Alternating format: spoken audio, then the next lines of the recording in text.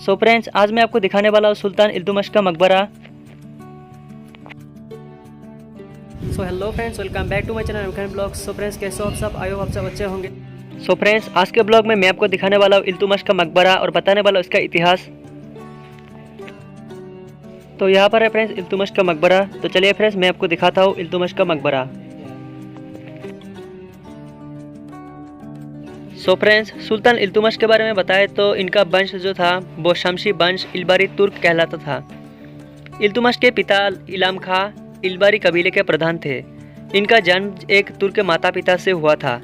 इनके भाइयों ने इसे दास बनाकर जमालुद्दीन नाम के एक व्यापारी के हाथ में बेच दिया गया था। शमशुद्दीन इल्तुतमिश दिल्ली सल्तनत में शमशी वंश का एक प्रमुख शासक था। तुर्की राज्य संस्थापक कुतुबुद्दीन ऐबक के बाद वो उन शासकों में से था जिसमें दिल्ली सल्तनत की नींव मजबूत हुई। वो एक ऐबक का दामाद भी था। उसने 1211 ईस्वी में 1237 तक शासन किया था। इल्तुतमिश पहला तुर्क सुल्तान था जिसने शुद्ध अरबी सिक्के चलाए। उसने सल्तनतकालीन दो महत्वपूर्ण सिक्के चांदी का टका लगभग 175 ग्रीन तथा तांबे का जीतल चलवाया। इल्तुतमिश ने सिक्कों पर टकसाल के नाम अंकित करवाने का परंपरा को आरंभ किया। सिक्कों पर इल्तुतमिश ने अपना उल्लेख खलीफा के प्रतिनिधि के रूप में किया है।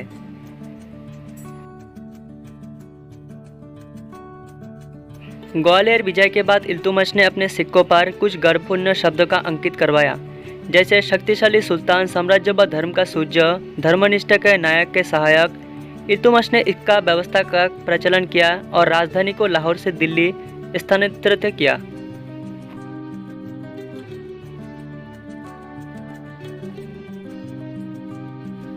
स्थापत्य कला के अंतर्गत इल्तुतमिश ने कुतुबुद्दीन ऐबक के निर्माण कार्य कुतुब मीनार को पूरा करवाया। भारत में संभवतः पहला मकबरा निर्मित करवाने का श्रेय भी इल्तुतमिश को दिया जाता है। इल्तुतमिश ने बदायूं का जमा मस्जिद एवं नागौर का अतारिकन के दरवाजा का निर्माण करवाया। सो फ्रेंड्स, इल्तुतमिश की मृत्यु के बारे में बताएं तो इल्तुतमिश का मृत्यु हुआ था बमियान अभियान पर आक्रमण करने के लिए जाते समय मार्ग में इल्तुतमिश की बीमार हो गया था। इसके बाद इल्तुतमिश की बीमारी बढ़ते गए। अनंत 30 अप्रैल 1237 में उसकी मृत्यु हो गए थे। इल्तुतमिश प्रथम सुल्तान था जिसने दोआब के आर्थिक महत्व को समझता था और उससे सुधार किया था।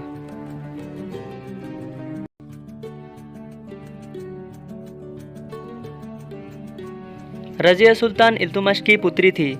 वो भारत की पहले मुस्लिम शासिका थी। अपने अंतिम दिनों में इल्तुतमिश अपने उत्तराधिकारी के सवालों को लेकर चिंतित था।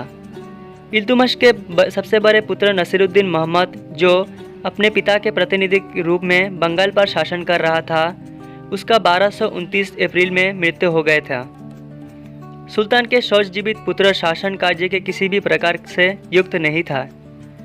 अंत इल्तुतमिश ने अपने मृत्यु शोया पर उसने अपनी पुत्री रजिया को उत्तराधिकारी की नियुक्त किया था। सुल्तान इल्तुतमिश की पुत्री रजिया सुल्तान भारत की प्रथम महिला शासक थी जिसका जन्म 1205 में हुआ था। उसने देश पर 137 से लेकर 1240 तक शासन किया था। वो एक साहसी सुल्तान थी और दिल्ली के सिंहासन पर नियंत्रण और हस्तक्षेप करने वाले पहली मुस्लिम महिला थी। उसने दिल्ली का शासन अपने पिता से उत्तराधिकारी के में प्राप्त किया था और 1237 में दिल्ली का सल्तनत बनी।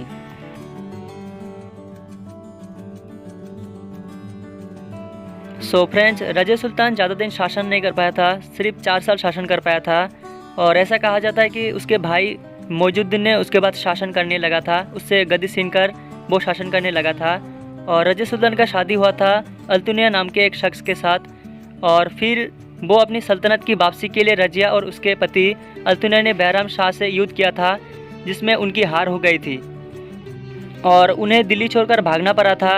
और अगले दिन वो कैथल में पहुँचे जहाँ उनकी सेना ने उनका साथ छोड़ दिया था।